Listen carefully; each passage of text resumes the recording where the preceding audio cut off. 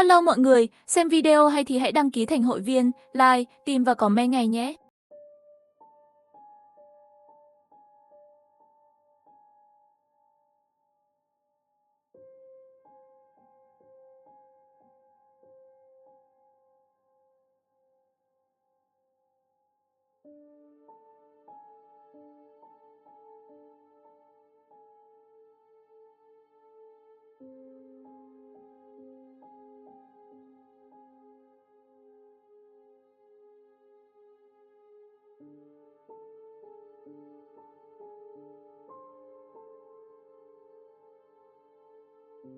Bố mẹ và em trai ra ngoài, cẩn thận mắt đấy, ở nhà chơi game. Đột nhiên màn hình xuất hiện dòng chữ bay qua, giá mà cậu ấy đi cùng gia đình thì tốt rồi.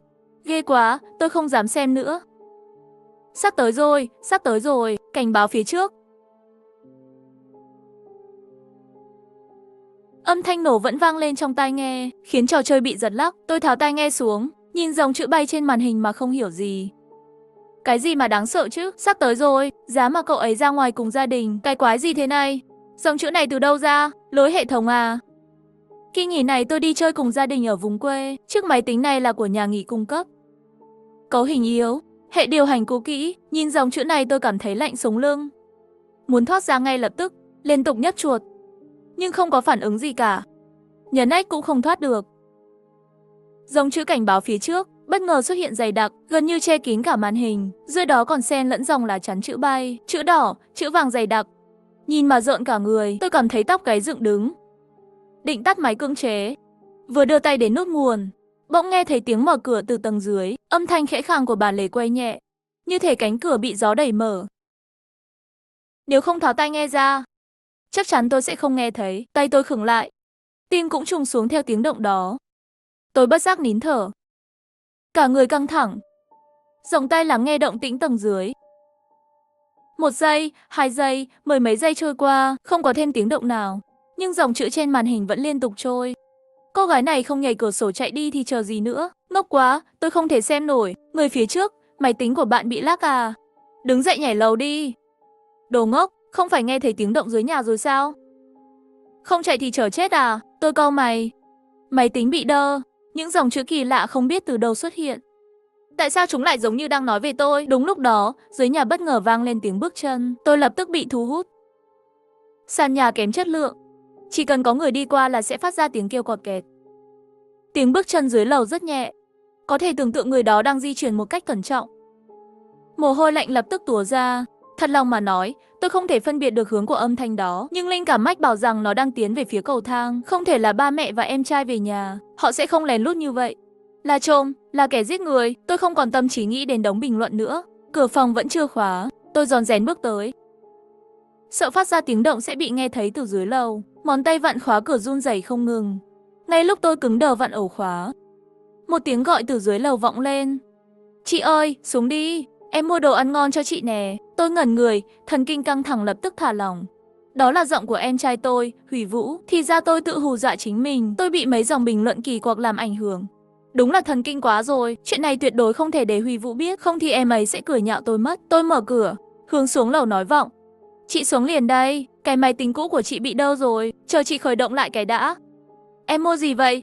Gần đây có chỗ nào bán đồ ăn à? Chị đi suốt chẳng thấy cửa hàng nào cả. Dưới lầu im lặng trong chốc lát, tiếng mưa lất phất vang lên. Huỳnh Ngọc xuống đây, em mua đồ ăn ngon cho chị nè. Được rồi, chị xuống liền. Máy tính vẫn đang đơ, bình luận vẫn tiếp tục xuất hiện. Tôi lướt qua một cái rồi định nhấn nút nguồn. Bỗng chốc tôi cứng đơ. Nữ chính đừng xuống lâu.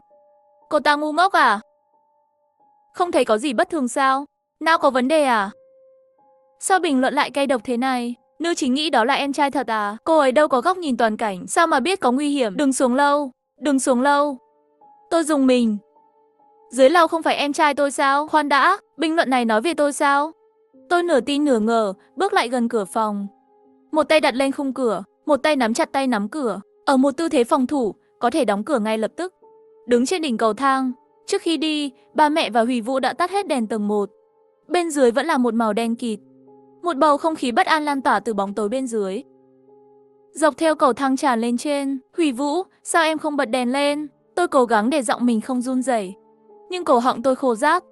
Giọng tôi yếu ớt đến mức gần như không nghe thấy. Huỳnh Ngọc, xuống đây đi, em mua đồ ăn ngon cho chị rồi này. Giọng của Huy Vũ vang lên từ trong bóng tối, nhưng không thấy người đâu. Sau khi nói xong, một sự im lặng chết chóc bao trùm, lòng bàn tay tôi bắt đầu toát mồ hôi. Tôi chợt nhận ra, Huy Vũ từ nãy đến giờ chỉ lặp đi lặp lại câu nói đó, không hề thay đổi dù chỉ một từ. Sự lặp lại máy móc và kỳ lạ này khiến tôi cảm thấy cực kỳ khó chịu. Huy Vũ, em đang ở đâu? Bật đèn lên đi. Không có hồi đáp, tôi nín thở. Trong bóng tối chỉ có tiếng tim tôi đập. Đêm trong núi tối quá. Bên ngoài cửa sổ không có chút ánh sáng nào, chỉ có căn phòng phía sau lưng tôi còn sáng đèn. Tôi nuốt nước bọt, giả vờ trấn tĩnh. Tôi gọi xuống dưới, bố mẹ đâu rồi? Họ không về cùng em sao? Không phải mọi người đi dự tiệc lửa trại à? Sao em lại quay về trước? Im lặng, một sự im lặng đáng sợ. Tôi không biết mình còn có thể nói gì nữa. Giọng nói run rẩy mang theo sự gấp gáp và cầu xin. Tôi chỉ mong rằng đây là trò đùa của em trai mình. Bỗng nhiên, Huy Vũ từ từ bước ra từ góc cầu thang. Em đứng dưới chân cầu thang, cả người chìm trong bóng tối. Ngẩng đầu nhìn tôi. Em không nói gì, chỉ nở một nụ cười thật lớn. Nụ cười đó quá mức khoa trương, khóe miệng như nứt ra đến mức khó tin. Hàm răng trắng sáng đến kỳ dị. Huỳnh Ngọc, xuống đây đi. Em mua đồ ăn ngon cho chị rồi này. Lại là câu nói đó, tôi lập tức đóng sầm cửa lại. Vì quá mạnh tay, tấm cửa phát ra tiếng động lớn. Tôi thực sự bị dọa sợ. Bất kể Huy Vũ có đang đùa hay không, tôi tuyệt đối sẽ không mở cửa cho em ấy nữa. Khi quay đầu lại, tôi thấy trên màn hình máy tính, các dòng bình luận lại xuất hiện dày đặc. Cô ấy vẫn chưa xuống lầu, có vẻ nữ chính không ngốc đến vậy. Rốt cuộc cô ấy là nữ chính hay là nhân vật phụ chết sớm đây? Căng thẳng quá đi. Anh, nó lên rồi, chạy mau, tôi không dám nhìn nữa. Không có bảng che mờ à? Đồng thời, tiếng bước chân dồn dập vang lên trên cầu thang. Có thứ gì đó đang lao lên lầu. Nó đâm sầm vào vách tường và tay vịn. Kèm theo đó là những âm thanh cọt kẹt và rầm rầm ngày càng lớn. Tôi hoảng hốt hét lên, bỗng nhiên, một tiếng nổ lớn vang lên, có vật nặng và mạnh vào cửa phòng. Cả căn phòng rung chuyển dữ dội. Nhà nghỉ này chỉ là nhà tự xây để kinh doanh. Các bức tường tầng 2 đều làm bằng gỗ, cửa thì mỏng như tờ giấy. Tôi vội vã quay vào trong phòng, chỉ có bàn máy tính là có thể chặn cửa. Tôi lao tới rút dây nguồn máy tính, rồi đẩy bàn ra chắn cửa. Nhưng bàn không nặng lắm, nó cũng không cản được lâu. Người bên ngoài có sức mạnh kinh hoàng. Ổ khóa bằng kim loại bị từng cú đập phá vỡ. Cửa gần như sắp vỡ vụn. Tôi quay người chạy đến cửa sổ. Bóng đêm mịt mù, xa xa là những dãy núi đen kịt. Xung quanh tối tăm đến tuyệt vọng, chỉ có 2 nhà nghỉ gần đó. Lác đác vài vị khách, nhưng họ đều đi xem lửa chạy hết rồi. Dù tôi có nhảy từ tầng 2 xuống, chưa kịp chạy đến chỗ có người, thì có lẽ đã bị bắt lại, bị tóm gọn. Tiếng đập cửa như búa tạ giáng vào tim tôi. Không còn thời gian suy nghĩ, tôi làm liều theo bản năng. Nhặt một chiếc dép và ném xuống lầu. Giả vờ như tôi đã nhảy cửa sổ bỏ trốn, sau đó nhanh chóng trốn vào tủ quần áo. Không gian chật hẹp và tối tăm, tạo cho tôi một chút cảm giác an toàn. Tôi nép sát vào góc, co người lại hết mức có thể, rút điện thoại ra chuẩn bị gọi cảnh sát. Nhưng ngay lúc đó, trên màn hình điện thoại sáng lên một dòng tin nhắn. Cô gái này thông minh đấy, còn biết giả vờ nhảy cửa sổ trốn thoát nữa chứ. Hy vọng không chết. Nam chính sắp đến chưa? Gọi nam chính. Gọi nam chính. Bạn gái cậu, sắp chết rồi, đồ thông minh. Trốn trong tủ quần áo, sắp bị phát hiện rồi. Sao nhân vật trong phim kinh dị lại ngu thế chứ? Không thể chịu nổi nữa, tức giận, tôi mở trang tin nhắn. Bình luận vẫn trôi nổi trên màn hình. Vừa nhắn tin uy chắc cầu cứu bố, vừa suy nghĩ về những gì bình luận nói. Theo ý của những bình luận đó, thế giới tôi đang sống là một bộ phim kinh dị, mà tôi lại là bạn gái của nam chính. Vậy tôi có phải nữ chính không? Hay chỉ là nhân vật nền thúc đẩy cốt truyện? Nhưng tôi đâu có bạn trai. Nếu nam chính sau này sẽ thành bạn trai tôi, thì chứng tỏ tôi vẫn còn đất diễn. Lần này tôi chắc chắn có thể sống sót. Còn nếu tôi chỉ là nhân vật nền, thì cốt truyện sẽ chẳng quan tâm tôi có biết chuyện bạn trai hay không. Vậy thì tôi lành ít dữ nhiều. Tôi hoảng hốt tìm kiếm dấu vết về bạn trai trong bình luận. Có vài dòng nhắc đến nam chính, nhưng không ai gọi tên anh ta cả. Đột nhiên, cánh cửa bị đập mạnh mở ra, tiếp theo là âm thanh ma sát chói tai, chiếc bàn chặn cửa bị đẩy đi. Bình luận trên điện thoại càng tràn ngập dữ dội. Cô gái này sắp chết rồi à? Nam chính mau đến cứu đi, cô ta chỉ là nhân vật nền, để thúc đẩy cốt truyện thôi, chắc chắn sẽ chết. Cô ấy đang đứng trước tủ quần áo. Đã phát hiện ra nữ chính chưa? Cái gì đây? Sao trông đáng sợ thế này? Dưới khe hở tủ quần áo hắt ra ánh sáng. Giờ đây một phần ánh sáng đã bị che khuất. Bên ngoài thực sự có người đứng đó. Không chỉ vậy, tôi còn phát hiện ra một thông tin khiến tôi lạnh sống lưng trong bình luận. Bình luận không dùng hắn, mà lại dùng nó. Toàn thân tôi lạnh toát. Chưa bao giờ một chữ lại khiến tôi sợ hãi như thế. Thứ gì có hình dạng giống con người, nói tiếng người, còn biết bắt chước giọng của em trai tôi sợ quá. Sợ đến mức muốn nôn.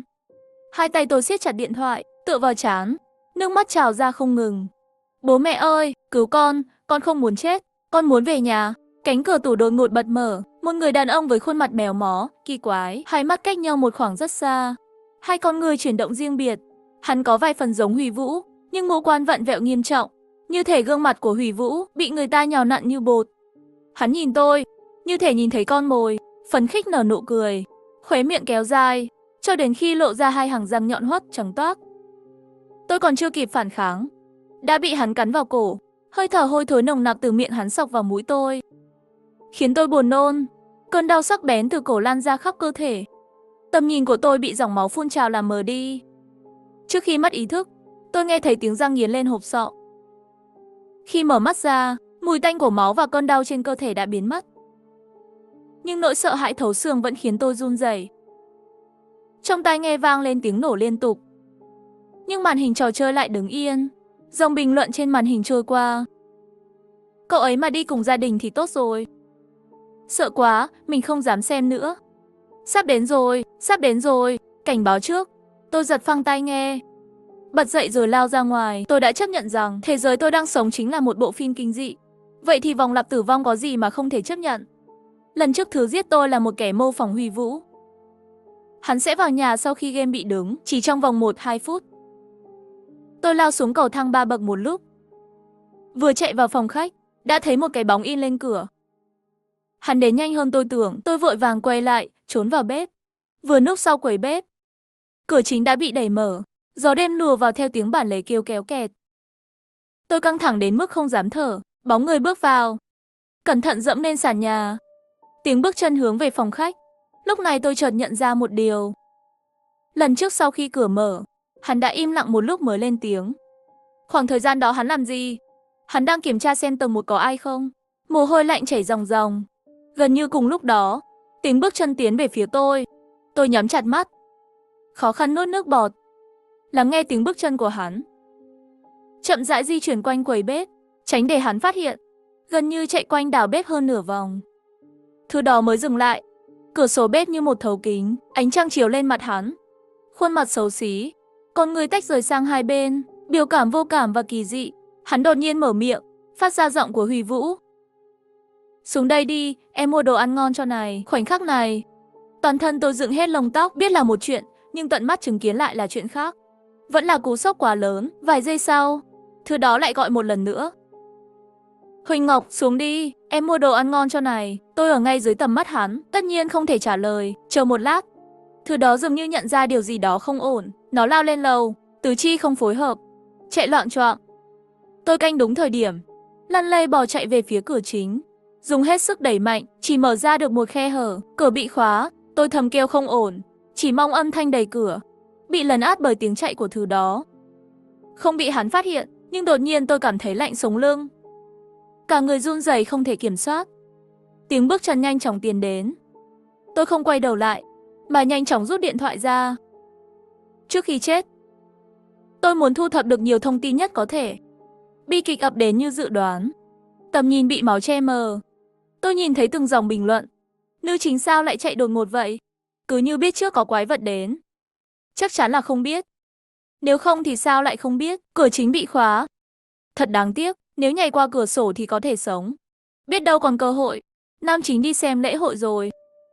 Nếu anh ấy đến cứu thì tốt biết mấy. Chờ nam chính về, thấy bạn gái bị ăn như vậy, chắc chắn sẽ đau lòng đến chết. Tầm nhìn của tôi hoàn toàn tối đen. Tai chỉ còn nghe thấy tiếng nhai nuốt ghê rợn. Ý nghĩ cuối cùng lướt qua đầu tôi. Chết tiệt, đáng lẽ phải xem bình luận sớm hơn. Biết trước thì đau đến nỗi. Cửa chính bị khóa rồi. Mở mắt ra lần nữa, trong tai nghe lại là âm thanh chiến đấu dữ dội của trò chơi. Bị đứng hình. Những dòng bình luận quen thuộc lướt qua. Tôi phải chạy thoát từng giây từng phút. Liếc mắt một cái, tôi tháo tai nghe rồi đẩy bàn máy tính, dùng bàn chặn cửa phòng, chuẩn bị nhảy cửa sổ thoát thân. Vừa đặt chân lên khung cửa sổ, Dưới lầu vang lên tiếng gọi, Huỳnh Ngọc. Xuống đây đi, mẹ có đồ ngon cho con này. Tôi quay đầu liếc nhìn cửa phòng, thầm nghĩ, mẹ kiếp. Lúc nào cũng chỉ nghĩ đến ăn, bức tường bên ngoài có một cục nóng điều hòa. Tôi bám vào khung cửa, vươn chân ra để với. Gió đêm thổi qua, tôi có cảm giác cả người mình đang rung lên. Dù chỉ là tầng 2, nhưng tôi vẫn thấy chân tay bủn rủn. Bùm một tiếng vang lên, thứ đó bắt đầu đập cửa rồi. Tôi nghiến răng, buông tay khỏi khung cửa. Hai tay bám chặt vào tường, từng chút một trườn đến đường ống cứu hỏa. Hai tay ôm chặt, kẹp chân vào rồi từ từ tuột xuống. Mỗi lần tuột xuống, lòng bàn tay và mặt trong đùi rát bỏng vì ma sát. Nhìn xuống thấy chỉ còn khoảng nửa mét, tôi nghiến răng, nhắm mắt nhảy xuống. Bị trẹo chân, tôi nghiến răng, cố nén không kêu lên, đợi con đau dịu đi. Tôi tập tễnh nấp vào góc khuất dưới lầu. Lấy điện thoại ra xem bình luận, tới đây nào. Nữ chính cừ thật đấy. Nhảy cửa sổ xuống luôn. Khoan đã, sao tôi có cảm giác cô ấy biết trước cốt truyện nhỉ? Lúc cô ấy lấy bàn chặn cửa thì nhân vật phản diện vẫn chưa xuất hiện mà. Tôi cũng thấy kỳ kỳ. Cái quái gì thế? Sao trông đáng sợ vậy? Nữ chính, mau trốn đi. Đồng thời, tôi ngẩng đầu nhìn lên. Nhân vật phản diện, Huy Vũ, thò đầu ra từ cửa sổ, đang tìm kiếm bóng dáng tôi. Tôi ép sát vào tường, thu mình vào góc khuất không để hắn nhìn thấy. Nam chính đang ở buổi tiệc lửa trại. Nữ chính mau đến tìm anh ấy. Giữa vô số bình luận vô nghĩa, tôi phát hiện một dòng quan trọng. Khi Huy Vũ rời khỏi cửa sổ, tôi lập tức chạy về phía buổi tiệc lửa mà mình nghĩ đến. Tôi không liên lạc với bố mẹ nữa, họ không quan tâm tôi, có khi còn mất mạng vì tôi. Người duy nhất có thể chống lại phản diện là nam chính. Tôi phải sống sót. Nhất định phải tìm được anh ấy. Vừa chạy tôi vừa nhìn bình luận.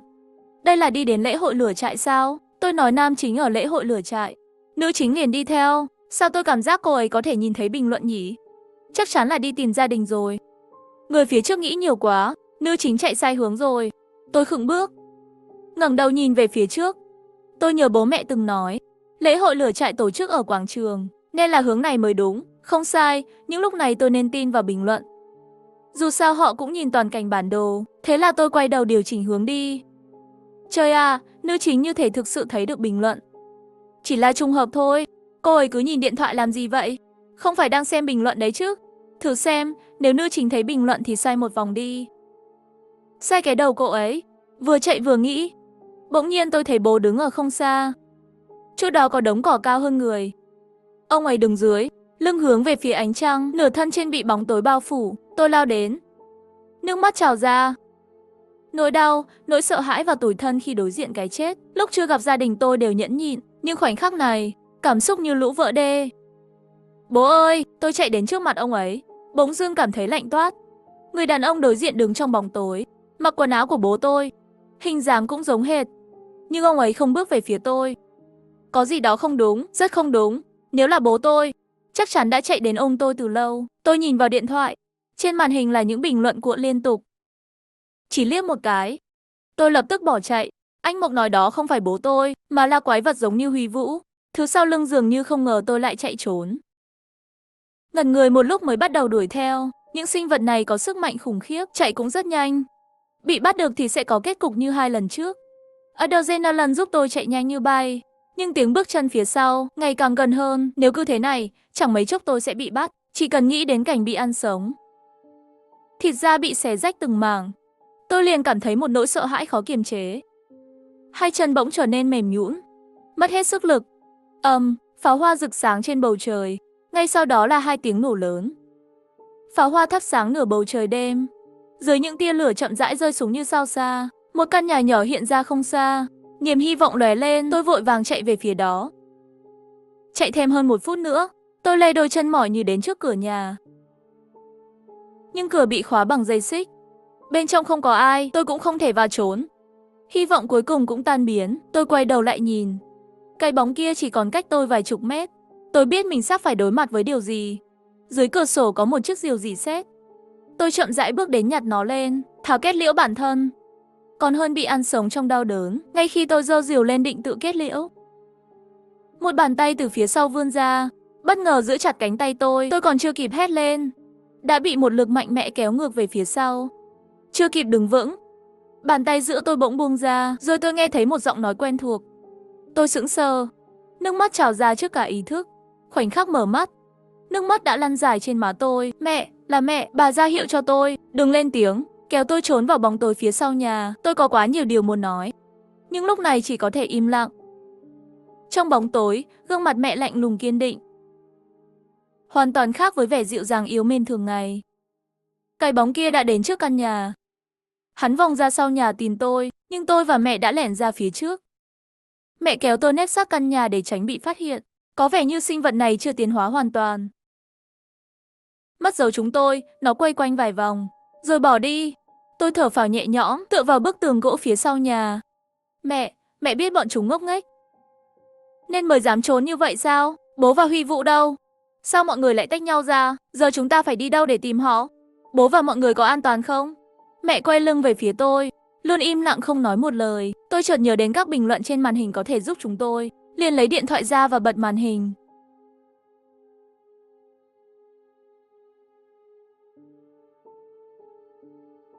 Hi hi, cuối cùng cũng có thể ăn một mình rồi. Tôi ngã xuống đất, máu tươi từ cổ trào ra nhuộm đỏ điện thoại. Trước khi nhắm mắt, tôi lại nhìn thấy các bình luận. Ôi, tội quá, chỉ chút nữa thôi là gặp được nam chính rồi. Đáng sợ quá, tôi không dám xem tiếp nữa. Chị gái đã cố gắng hết sức để sống sót. Biên kịch, tôi muốn gửi giao cho anh. Lại một lần nữa mở mắt ra, tôi vứt tai nghe đi, dùng bàn máy tính chặn cửa, rồi lập tức trèo ra cửa sổ, trượt xuống theo ống cứu hỏa. Bình luận trên điện thoại tràn ngập sự kinh ngạc. Wow, nữ chính quyết đoán quá.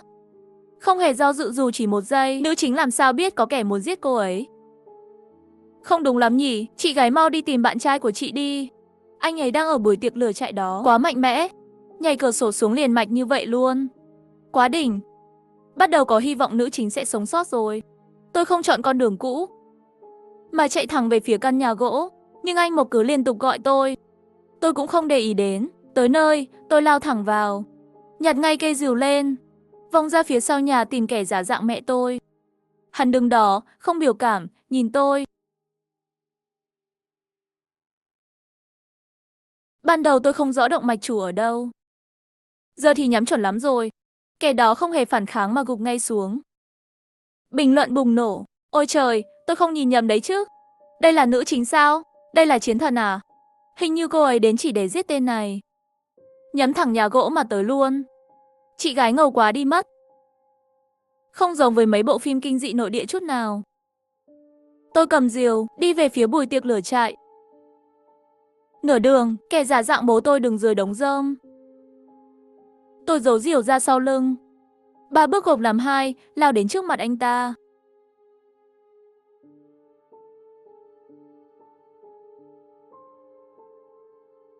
Đây là phim kinh dị mà tôi đang xem sao? Có phải tôi bấm nhầm video không? Nam chính còn chưa xuất hiện, nữ chính đã giết điên cuồng rồi.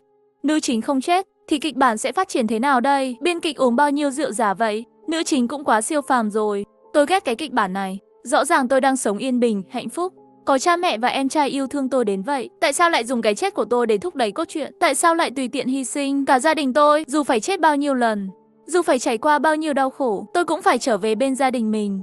Phía trước đã xuất hiện ánh lửa. Trong màn đêm, nó dẫn lối cho tôi bước tới. Bình luận nói nam chính đang ở bữa tiệc lửa trại. Tôi muốn xem thử nam chính này rốt cuộc là ai. Ngọn lửa càng lúc càng lớn, cách mấy mét cũng có thể cảm nhận hơi nóng phả vào mặt. Nhưng xung quanh lại vô cùng tĩnh lặng, hoàn toàn không có âm thanh náo nhiệt của tiệc lửa trại. Một người đứng bên đống lửa.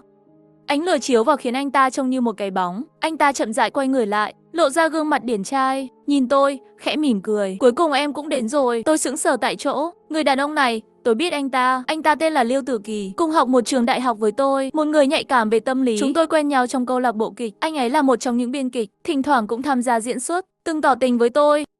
Nhưng tôi đã từ chối. Anh ấy là nam chính của thế giới này. Liêu Tư Kỳ bước đến trước mặt tôi. Liêu Tư Kỳ, cậu bị bệnh rồi, không có vĩ nhân nào cả, mọi thứ chỉ là ý niệm của cậu. Việc cậu có thể đến được đây, chứng tỏ cậu đã dám đối diện với tâm ma của mình. Ngẩng đầu lên nhìn đi, thứ đang cháy rực trước mặt cậu là gì? Giữa ngọn lửa bùng cháy dữ dội, là một chiếc ô tô màu đen bị lật ngang trên mặt đất. Ghế lái và ghế phụ, hai thi thể đã bị thiêu cháy thành than. Cửa sau xe hé mở, lộ ra nửa người, mặt úp xuống đất, giữ nguyên tư thế, cố gắng bò ra ngoài, nhìn vào quần áo và kiểu tóc, đó là mẹ tôi. Tôi cảm thấy cả thế giới xoay chuyển. Ngọn lửa dữ dội khiến không khí mèo mó, biến khung cảnh địa ngục này trở nên không chân thực. Ba mẹ và em trai cậu vốn định đi dự tiệc lửa trại. Nhưng khi xe chạy chưa được bao xa thì gặp tai nạn. Lúc đó họ vẫn chưa chết, chỉ là thân xe biến dạng nghiêm trọng, họ bị mắc kẹt bên trong, còn cậu thì đang chơi game, nên không nghe thấy tiếng tai nạn. Bỏ lỡ thời cơ cứu họ. Nỗi ân hận to lớn khiến cậu phát điên. Liêu Tư Kỳ giật lấy cây rìu trên tay tôi rồi ném xuống đất.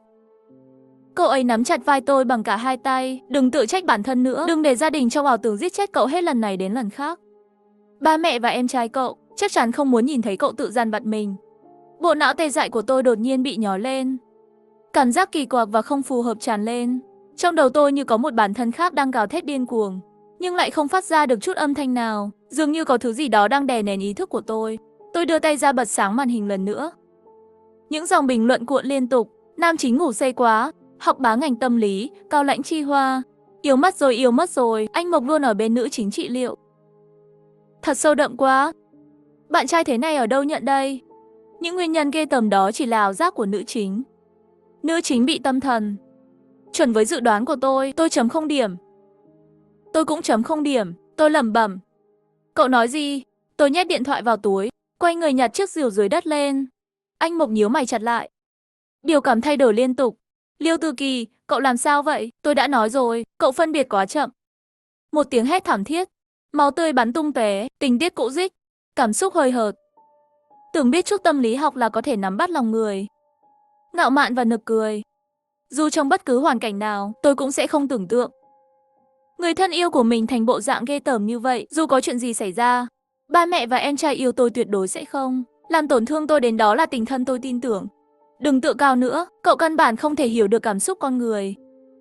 Còn nữa, cậu không phải bạn trai tôi đã từ chối rõ ràng rồi. Anh Mộc không động đậy nữa, mắt trợn to, dường như rất không cam tâm. Tiếng lửa bùng nổ không ngừng vang lên, không khí trước mắt và màn đêm đều vặn vẹo. Mọi thứ xung quanh bắt đầu sụp đổ. Tôi rút điện thoại ra lần cuối. Trên màn hình đã không còn bình luận. Hình như đoán đúng rồi. Lại mở mắt ra lần nữa, bên tai không còn tiếng nổ của game. Trước mắt cũng không còn là căn phòng nhà nghỉ quê. Xung quanh là những bức tường trắng toát, còn có mùi thuốc khử trùng hăng nồng. Tôi nằm trên giường, tứ chi tê dại, lưng eo đau nhức, dường như đã nằm rất lâu. Huynh Ngọc, con tỉnh rồi. Khuôn mặt tiều tụy của mẹ xuất hiện trên đầu tôi. Đôi mắt tràn đầy niềm vui, nhưng đôi môi lại run rẩy không ngừng. Ngay sau đó, tôi nghe thấy giọng của Huy Vũ. Bác sĩ.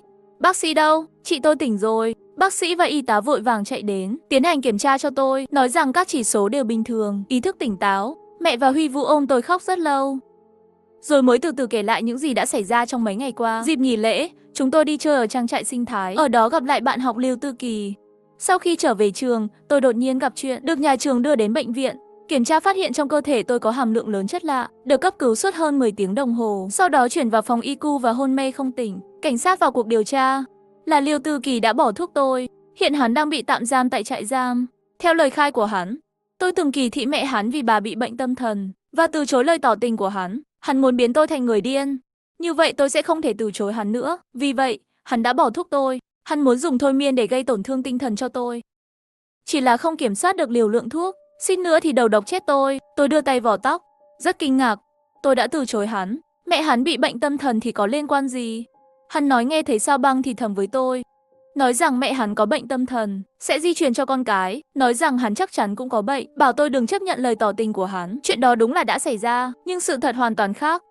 Liêu Tư Kỳ đã tỏ tình với tôi, bị tôi từ chối. Anh Mộc kéo tôi ra ngoài nhà hát, nói với tôi những lời đó, bảo tôi đừng ham mê sắc đẹp, đừng chấp nhận hắn. Tôi nói với anh Mộc, tôi sẽ không chấp nhận Liêu Tư Kỳ, nhưng tôi không chấp nhận vì tôi không thích con người của hắn. Không thích sự tự cao tự đại của hắn, không thích sự giả tạo, lạnh lùng của hắn, chẳng liên quan gì đến chuyện mẹ hắn bị bệnh. Tên này thật đáng khinh, tâm lý mèo mò đến mức này, tôi thấy hắn đúng là điên rồi. Hắn là học bá của học viện Tế Thảo, là đóa hoa Cao Lãnh, là kẻ được bao người theo đuổi. Hắn không cho phép bản thân thất bại, nếu thất bại, chắc chắn là do người khác sai. Bằng mọi giá phải đạt được mục đích. Bắt kẻ có lỗi phải trả giá. Sau khi tôi xuất viện, gia đình Liêu Tư Kỳ đến trường tìm tôi, hy vọng tôi có thể viết thư bày tỏ sự tha thứ. Tôi đã đến trại tạm giam gặp Liêu Tư Kỳ một lần. Hắn tiều tụy vô cùng, cằm đầy râu, không còn vẻ phong độ ngày nào. Ngồi đối diện tôi, quay đầu nhìn sang một bên, khóe miệng nhếch lên cười mỉa mai. Cô may mắn thật đấy. Nếu không phải liều lượng thuốc có vấn đề, thì giờ cô đã thành bệnh nhân tâm thần rồi. Anh dùng liều thuốc lớn như vậy, chứng tỏ anh không tin tưởng vào kỹ thuật thôi miên của mình đúng không? Liêu Tư Kỳ cứng đờ người, những dòng bình luận đó là lời ám thị của anh đúng không? Khiến tôi hành động theo kịch bản của anh. Khiến tôi chấp nhận anh là bạn trai, anh đúng là dày công tính toán. Đáng tiếc, câu chuyện anh dựng lên hoàn toàn không thuyết phục.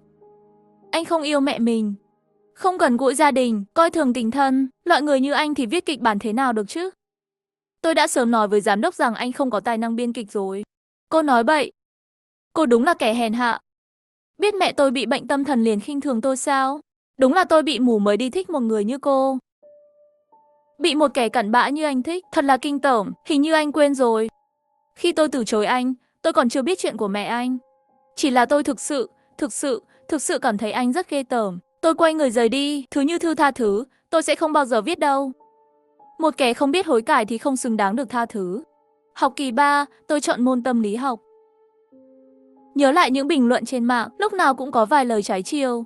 Chấm điểm kịch bản bằng không, mắng biên kịch uống rượu giả. Thật lòng mà nói, trong tiềm thức, tôi đã cảm nhận được nguy hiểm. Có lẽ đó là cách để tôi tự cảnh báo bản thân. Trải nghiệm lần này khiến tôi càng yêu bố mẹ và em trai hơn. Chính họ đã giúp tôi cảm nhận được tình yêu. Tôi mới có đủ dũng khí để xé toang tất cả mà trở về thực tại.